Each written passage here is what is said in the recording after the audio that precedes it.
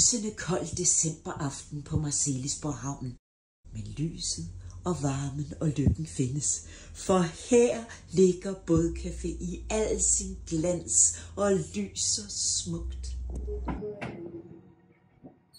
Hov, men hvad nu det? Hvem er det, der kommer løbende? Det ligner da kaptajnen, men han ser bekymret ud. Han ser meget bekymret ud.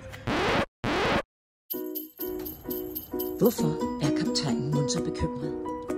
Er der virkelig så koldt på Marselisborg Havn? Og bliver det nogensinde jul? Følg med i næste afsnit af Bådcafés julekalender.